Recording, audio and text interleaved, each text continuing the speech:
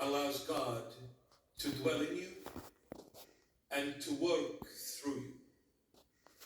To dwell in you and to work through you. A person that has no humility in them cannot worship God, cannot serve neither God nor anyone else. Because a person that is full of pride, they will always expect others to serve them. They will never serve because it takes humility to be an absolute successful servant. It takes humility. And let me tell you this, the only way God tries very, very hard to give us this humility is through suffering. Reason being, our human nature, the last thing it really allows or accepts for anybody to give this human nature an order.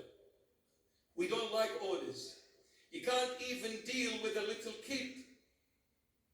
1-year-old, 2-year-old, you beg them to do something, it is always, first is no.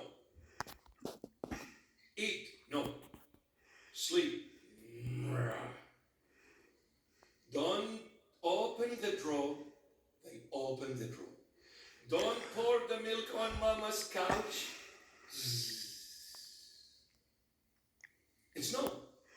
Because this is the human, fallen, corrupt nature. The I am that is in me is not allowing me to follow the true I am, God. Because the I am in me is also a God, but it's a false God. So when I come to a young boy and a young girl, my son, my daughter, I beg them, come on son, we're going to church. Mom, leave me alone. Dad, leave me alone. Son, tomorrow's Sunday. We're going to church. Now. The good old now. The Aussie way, mate. Now. We need to go to church now. A friend with a text message. Yo, bro, what's up? You want to go out? Before he finishes that text message, this guy is at his front door, knocking at his door. He said, I'm ready, bro, let's go. Because this is what I want. This is what I choose. And this is the world. The problem of the world is one thing. If that one thing is focused on, if that one thing is giving a medication to, all other failures will cease. The world's problem is one thing. The I am of the world is too powerful. Everybody wants to be seen. Everybody wants to be known. Everybody wants to be famous. They want to be in control, in charge. Why do you think all this evil happening in the world? Because they want to rule, reign, and control these little puppets, not realizing at the end they must die. Because everything under time is controlled by time, and whether they like it or not, time will take this temporal life away from me and you, my dear friend. So the end is the grave. What are you fighting for? What are you trying to achieve? What are you trying to prove? Prove what? That you are a mortal being? Is that it? You want to conquer what? The only place that's going to conquer you is the very land you're fighting to conquer. It's funny, We fight for properties. We fight to say, this is my land. Well, that land, in reality, is nothing but a graveyard.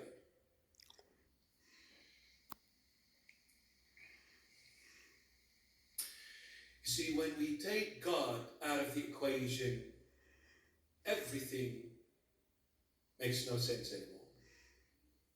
And everything becomes nothing. Pointless. The Holy Mother realized this. She said, the only way I can remain in my son's way is to remain humble. And the only way for us to remain humble, we need to endure suffering. Because suffering, my beloved, is the medication for our sick human nature that wants to be a show-off. When God breaks me, I humble myself. You know, when we are young, strong, healthy, we talk about this and we talk about that, and we plan things. I'm going to build this, and I'm going to do this, and I'm going to bash that guy, and I'm going to break that head, and I'm going to bury this head. But that person gets sick. Everything ceases. And he goes to the doctor, and the doctor says, you have 3 weeks to live. Do you think they will still plan? They will still imagine and be so courageous? No. Everything changes. Where are all the empires? Where are all those dictators? Where are all those people who thought they ruled the world and nobody could say anything to them? Gone with the wind. Jesus Christ is the everlasting God. Who cares about Augustus Caesar? Well, we care about Jesus, baby. Yet look at what Caesar had and what Jesus had. He didn't have even $1 in his pocket. And even when he died in the flesh on the cross, that grave was not even his. He owned nothing. But the whole world is bowing before him.